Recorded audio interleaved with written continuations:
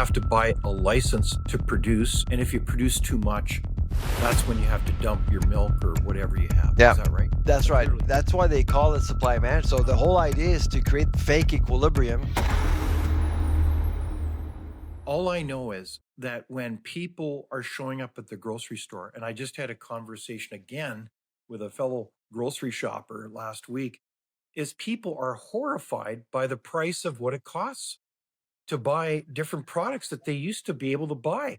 They look at you know, um, well, just about anything, and people are making difficult decisions, and they're Yeah. pretty upset about this. And I just see this clear as a bell. The surveys show this as well. So there's been a lot of fancy talk, like the people use um, phrases like food security. Well, what's food security if you can't even afford to buy food? Yeah. No, absolutely. And so people are pushed to make different decisions, ask questions, question the current system, and they see something is not right. And so they're being told by politicians certain things. And when they go to the grocery store, it doesn't really fit the narrative that they're hearing. And Okay. and of course, you have social media now today that is allowing people to talk to each other, and which has actually lessened the power and influence of of mainstream media. So you got a lot of different, you got a lot of information being thrown at people saying, "Listen, we're getting contradicting information here. So what's actually is going on?" Exactly. So in this context, are there a host of other government policies? Well, let's say carbon taxes. What has been their impact on the price of food? Has that been a good policy? On the processed food retail, you mean?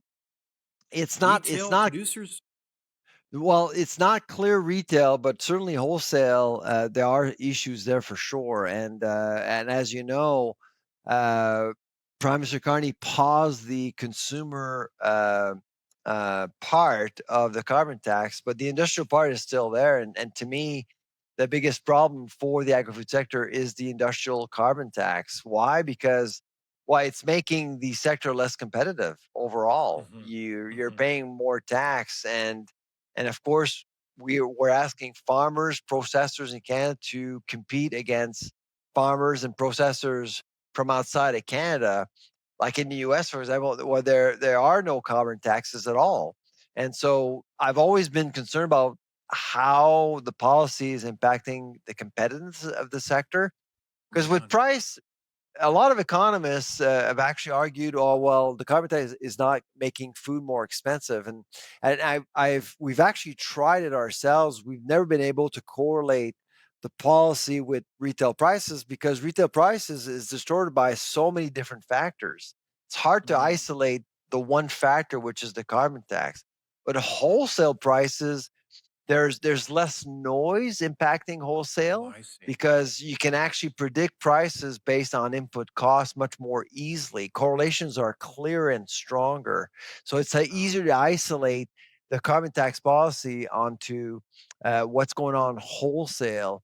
And we actually did notice a big difference between what's going on in Canada versus the US. And so it's been our number one concern since day one is that Ottawa, when they implemented the carbon tax in 2019, they never bothered to understand how the policy would impact our agri-food sector's competitiveness. No Mark kidding. Carney decided to retail the issue, which is fine, and people are saving money, but he hasn't really addressed the real issue for our farmers and processors. Okay, so they implemented this ham-fisted policy, carbon taxes, at the producer level, and they took it away at the consumer level because it was attractive retail politics, as you're alluding to. Yep. But in the process, that makes our producers less competitive because you've got every other nation that doesn't have this. So it's really not helpful policy, is it, Syl? That's that's right. Again, I'm not necessarily against carbon taxing, but I'm certainly concerned about carbon taxing in food in Well, particular. okay, And well, I've never it's understood making why, because As you're implementing a carbon tax, you're basically recognizing that producing food is a problem for the environment. Whereas you're basically dealing with the best environmental stewards in the world, farmers. So it never made sense to me.